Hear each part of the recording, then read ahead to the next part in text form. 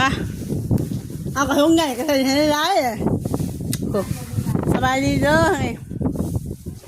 เปิดตลาดมาเบิ่งปลาพอจะแบ่งปลาให้กินบ่นะครับนั่งสบายดียังคะเห็นจะมาก็เลยแบ่งให้เลยนะคือว่าแม่มาบ่มื้อน่ะเรามาลินบุญแล้วกันเนาะดีเนาะฝากปลาผักยังมาให้ลูกสาวไว้กินอีกจะกูเป็นสายบุญนะไทยกระเลนมาหาเลยล่ะ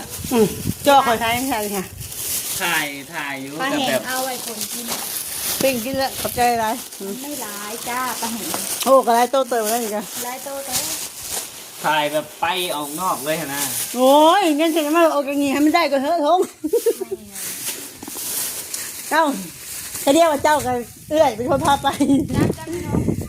อันทีมงานนี่เขาบอกผัดยังก็เอื้อยเป็นคนพาเขาไป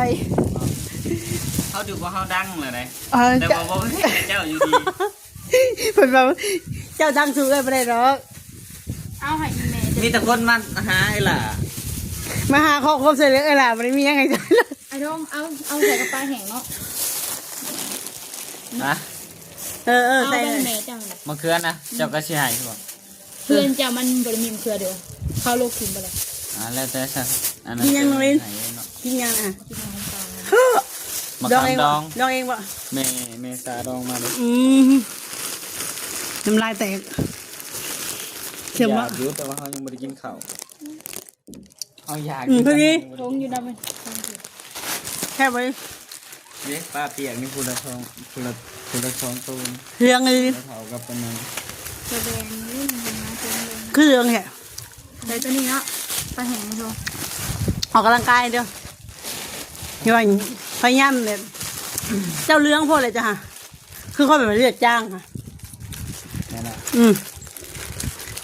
มือไม่แห้งอยู่ป่ะมือมีแห้งอย่างไรส่วนทางนี้ไปทุกมือคือเลาะนี่คนนี่ให้บอกถ้าเขามีเลือดมีน้ำมันทีแบบ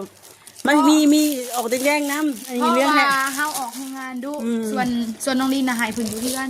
อยู่เฮือนกับบุญที่อยู่ในเฮือนต้องเรียกเพื่อนนั่นไงฟังเอาความเอาแล้วเดี๋ยวใครจะเพิ่นบอกคนช้อนเท้าเสียงคนหักเท้าค่ะเพิ่นบอกหักเสียงคนบอกหักนี่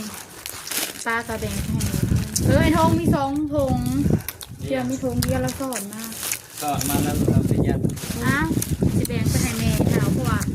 ญาติปลาแห้งญาติเรากินไม่ได้แต่เอาไปซื้อกันให้ไปทางนี้ทางขั้นนี้เธอแล้วงานเนาะงานหมดแล้ว